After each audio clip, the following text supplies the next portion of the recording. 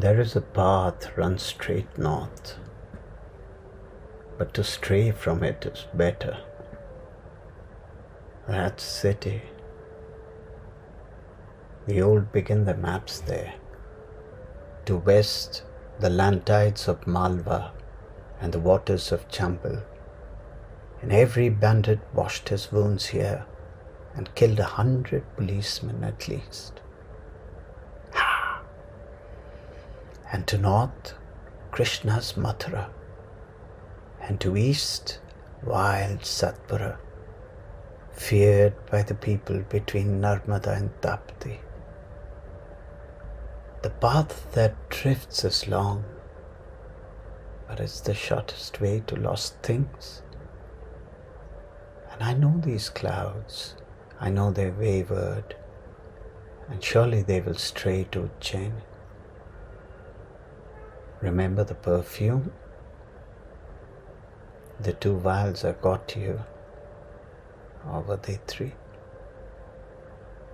The roofs and the arches, the shoulder-to-shoulder run terraces. So, they're beautiful no more. But the girls who play there, they have memories of 1,000 years of love cut into the shape of their lips, in the color of their faces, in the words of that crook Kalidas who ogled and sang to them. And oh, if one has not seen this, the eyes of one such girl in that city, frightened by thunder, one has lived without eyes, one has not lived at all. It will go by a river that looks like you, as you were one night, at a distance of a nose from your nose. That place which is a name whisper away from a name whisper.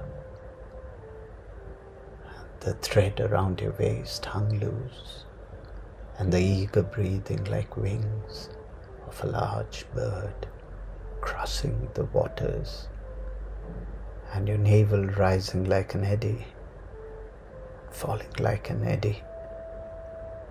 A drop of you in my letters, a river of you under the clouds. You must be on that Bedford too now, the one your father bought you. That year it rained so hard that the waters reached the ring road. Your hair must be a loose braid, just like the drying river, disheveled and dirty, and a night full of leaves coming down. That's how it goes with the abandoned. Long months that don't get better, and then a few clouds bring life in, and a June leaves you a letter outside, if you're lucky. So we ate in silence. He ate slowly and never looked up from his plate. Then he shuffled to the bathroom and returned, hunched, zipping his pants with both his hands. It was 11, across the park. Lights had gone off in some windows. He'd been quiet for some time, and I'd made a few calls to somebody I can't name. Does it hold together? He asked. Does it? He asked again. Hold together? What? I asked. The letter. Does it hold together? I said, sort of, but it's not what a girl likes, you know. Yeah, he said. But I don't remember, right? And what do I do with what I do remember?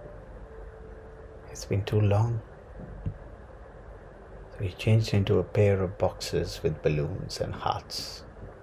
I did the dishes. Before we started again, I looked at him. Cigarette between his lips, frowning and cutting his toenails. His ribs looked like fish bones, flesh picked clean by the years. And then he said, "Right. I know hands will touch this letter, hold this letter, carry this letter. But if I could, I'd send it by clouds, crossing the west coast.